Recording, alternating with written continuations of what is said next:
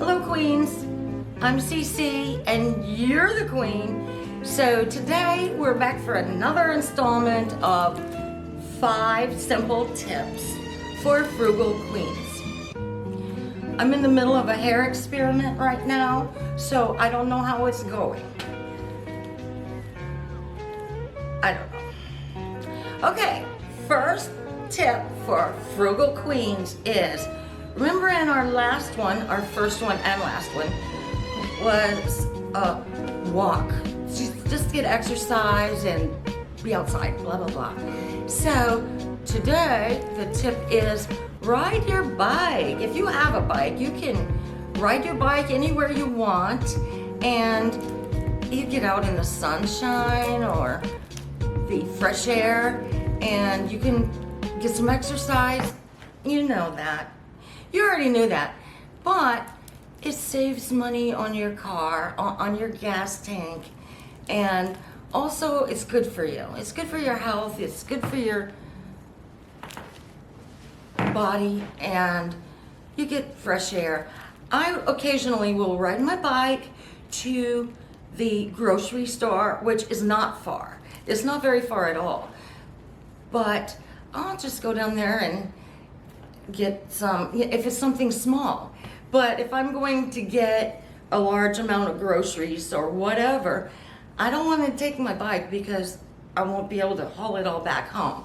So one day, for instance, I was going to pick up some yeast. I was going to bake some bread. So I went and picked up the yeast. But I got all the way down there and I forgot to bring a debit card. So I rode back home, got the card, and rode back to the store. So I got double exercise that day. But anyway, it's a good thing to think about. If you don't feel like doing it, maybe one day you will. But it's a good thing to do. Maybe you can save money on your car gas. So did I say I was having a hair experiment going on today? Yes, and I'm not sure how it's going, but I like having my hair straight, but I'm thinking about doing different things. Okay, we want to start back at the beginning of number 2, which is refilling cleaning supplies. Refill your cleaning supplies. Number 2, that's number 2. So this one comes from my cousin Jane. I said in the previous video that my cousin Jane had one that I didn't use yet, but here it is. Number 2, refill your cleaning supplies. This can save you quite a bit of money. Like specifically the one my cousin said was to power wash. That power wash that you spray on your dishes. You don't even need that sprayer. You can just get any sprayer and fill it with the ingredients that you want. And Jane says it's like at least half water and just a little bit of dish soap and a little bit of alcohol or something. But you might want to Google it and see how you want to make it. There's many different ways, but if you want to make your own cleaning supplies, this will save you so much money that you can spend on things you like. So that's a fun one. Also, I had one of those mop things that you had to buy the specific spray. It has a sprayer on the mop thing, and you push the button to spray. But you had to buy that bottle of spray floor cleaner from the store that fit in that sprayer or in that mop thing. So that was expensive. Those were like $10 each. And you couldn't use your own concoction of cleaning fluid or whatever. You had to use that one. And also it had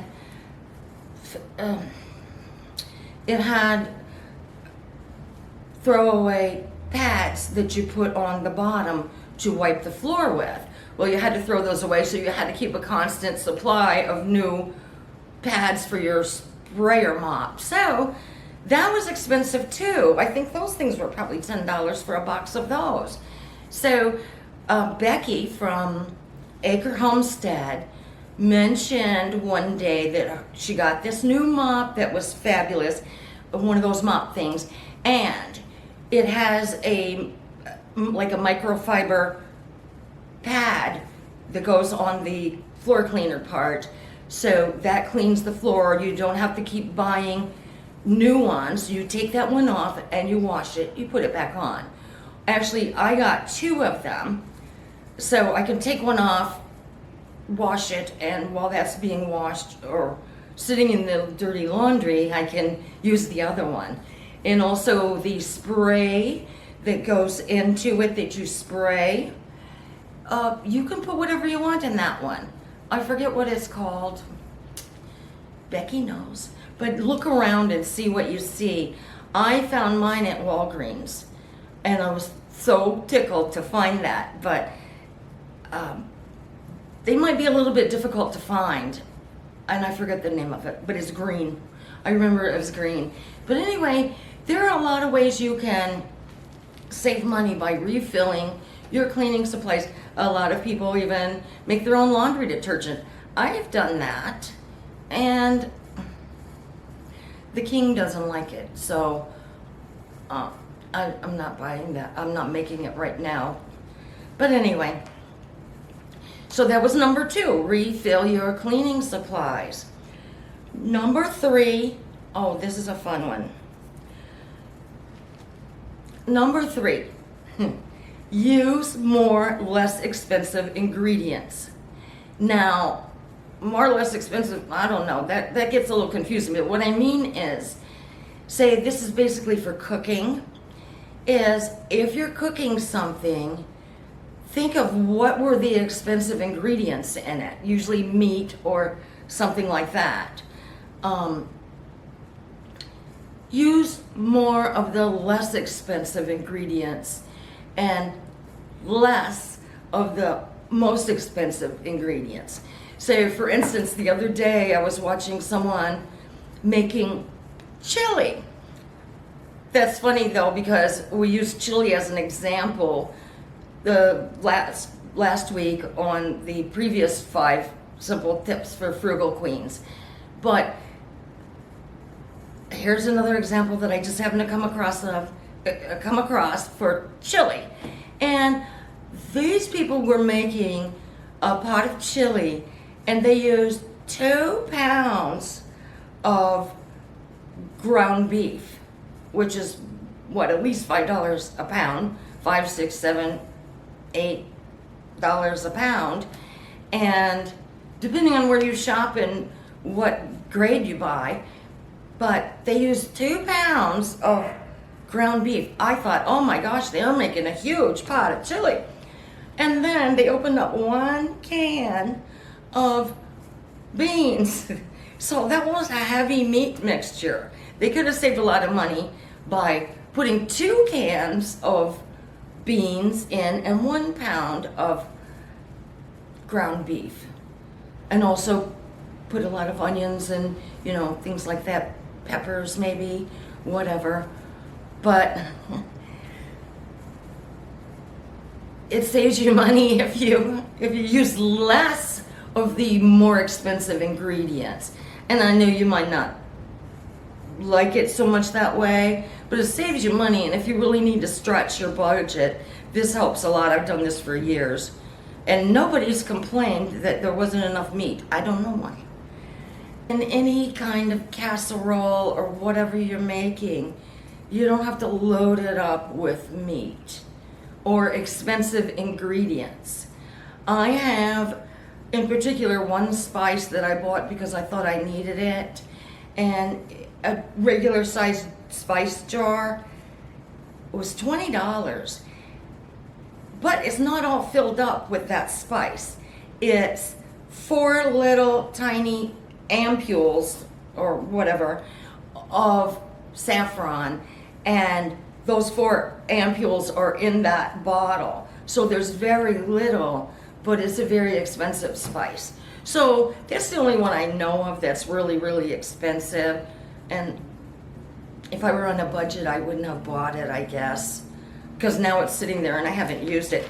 But I thought I needed it for a particular recipe that I was going to make, but I didn't, but I put it in there anyway. So that was number 3. Use more of the less expensive ingredients and less of the more expensive ingredients. You don't always have to follow the recipe exactly. Put your own spin on it. That's what we call putting your own spin on it. So that helps a lot. That can save you quite a bit of money as long as people in your house aren't worried about their meat intake. So anyway, that was number 3. Here's number 4. And this could save you a lot of money. And I do a lot of these things myself. So anyway, so number 4 is DIY your self-care. You know, we all need to relax and spoil ourselves and splurge every once in a while on our self-care. You know, it just shows you that you care about yourself when you do that. You know, if you, for instance, go and get a facial, that's $100 right there. Where I live, I don't know how much it costs where you live, but it's a good $100. And then I always want to buy those, you know, oh, that stuff that goes with it. But that's expensive. And you can do that yourself if you want to get a facial. Also, your manicures and pedicures. Girl, learn how to do that yourself. Okay, so that was facials, and they said your mani-pedi. Oh my gosh, that will save you so much money. Now, okay, I might overspend on nail polish because I love it so much. I keep buying more nail polish and I need to stop. But you know, they get old and you have to throw them out. But manicures and pedicures can be very expensive. I have gone one time. Every once in a while I'll go and get a pedicure and relax in that chair that massages your back, and I enjoy doing that. But my people sold their salon. It's called Queen Nails, so that's why I go there, because it's Queen Nails. But anyway, they sold it, and I don't know how many times I went in there and said, "Hi Rose, how you doing?" Well, it turns out the new girl's named Michelle. She said, "Oh, we bought this place 2 years ago." I'm like, "I've been in here since then." I didn't say it, but I thought, I was here a few months ago and I called her Rose. She looks like Rose. Anyway, that was terrible. Anyway, no, I'm not too embarrassed to go back. I will go back eventually, but I will call her Michelle this time. So, but yeah, manicures and pedicures are so expensive. I did go one time when I was traveling, and I hadn't brought any nail polish or nail polish remover or anything with me, and my nails looked terrible. So I went, while I was traveling, of course, to a new salon that I'd never been to, and had a great fun time. We were chatting with everybody in the town where my grandmother lived when she was a little bitty girl. And so I had fun just going once in a while. I went one time and had a mani-pedi. Spent a couple of hours in there, but I enjoyed it. And, you know, it's good for a treat. But if you need to save money, you know, learn how to do it yourself. You can do it yourself. And it's fun. To me, it's my creative outlet there to do my own nails. Also, your hair color. Couldn't you tell I've been experimenting myself? Also, self-tanning. You can do your own self-tan. They have that stuff you can do. You can get the mitts or the, you know, things that you rub it on with instead of going and standing there. I've never been to one of those self-tanning places, but I don't really do the self-tanning thing myself either. Very much. Once in a while, but not often. So, but you can do that or any other self-care that you may want to do. You know, you can do your own. Some people cut their own hair. I don't know, I wouldn't really recommend that. Well, your bangs, you can, you know, people do that by themselves and it looks okay, but that's a good way to save some money by, you know, cutting your bangs, but unless you know what you're doing, I wouldn't do the rest of it. Brad Mondo, he'll show you how to do that. He'll show you the mistakes people make too. He's a YouTube guy, Brad Mondo. So then we have number 5. Now this is obvious and everybody says this and it sounds like preaching because we have money to pay our bills at the end of the month, but it's, you know, it's not, and I don't mean it that way if I say it, but, and this is obvious and some people can't do it. Some people have huge expenses that they have no control over and, you know, medical problems and things like that. Don't beat yourself up if you can't pay 100% of every bill every month. It happens. But the obvious tactic that people saving money use is to only buy the things you have the money for at the time. Now you might want to use your credit card so that you can get points, which you get money back on at the end of the year or whenever you want. Some cards you can get money back whenever you want. But the interest the credit cards charge is outrageous. I mean, even for somebody who has good credit, your interest rate may be 20% or 12% or 15 or whatever. It's not cheap and it costs you money every month. You know, for instance, and I've thought of that before where I thought, you know, what the heck, you know, I'll just let it go. But say this month I don't pay my full amount on my credit card. Then next month, so I have to pay interest on that. Then next month, I'll have added to that balance and I'll have to pay interest on my new balance plus what I had from the previous month or the month before and the month before and the month. It really adds up and that gets people into bad financial problems and they just can't get out. You know, it's terrible how much interest they charge. So that's a good thing to think about if you can. Don't beat yourself up if you have medical problems or things like that you can't control. It happens to everybody. So now here's another thing regarding that about credit cards. I just got a letter from my bank where I have a credit card that I got because you have points and you can cash in your points. Dog's barking. You can cash in your points whenever you want. And I forget the percentage at 1.67%. It's not much, but you know, you can get some money back to put toward your bills if you need to. But anyway, I got this card just so that I could get points and I'm not cheap, I'm just frugal. So I could get points and get money back. But I got this letter from my bank saying, oh, we're changing the way we charge interest on your credit card. So guess what? Guess what it is? I pay my full amount that's on my invoice that I get in the mail. I get it in the mail, I look at it, I pay that amount before the due date because they will charge you extra on that if you don't get it by the due date.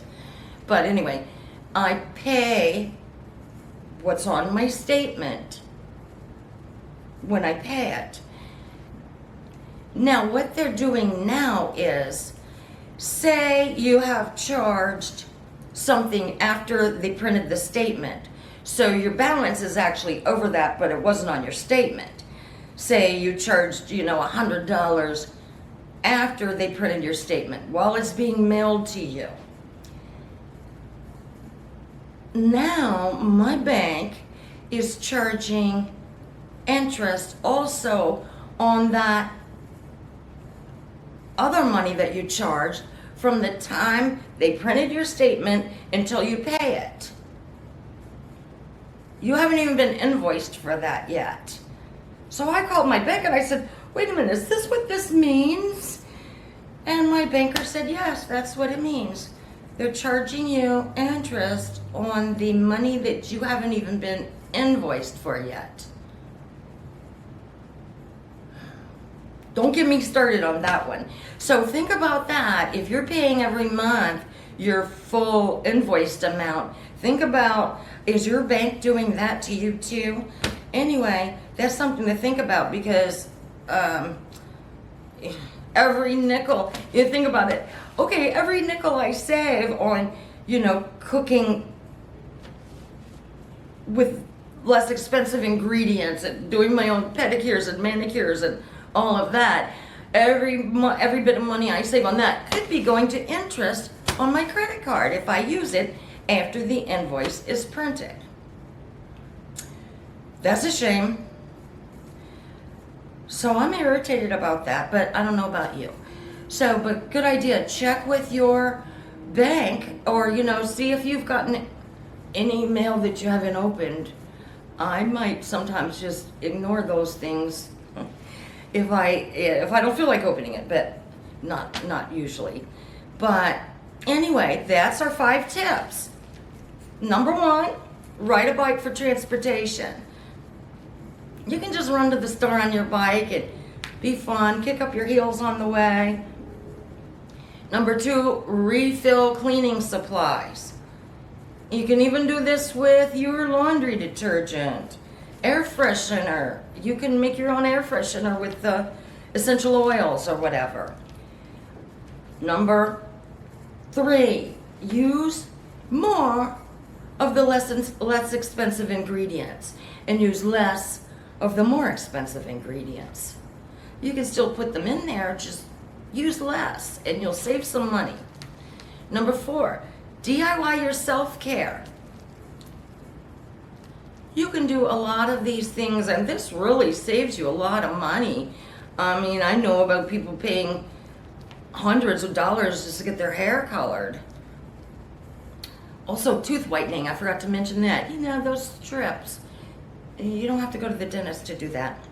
So then number 5 is, the banking thing, the interest on your credit cards or bank fees for your checking account. If you have those, can you get a cheaper rate or cheaper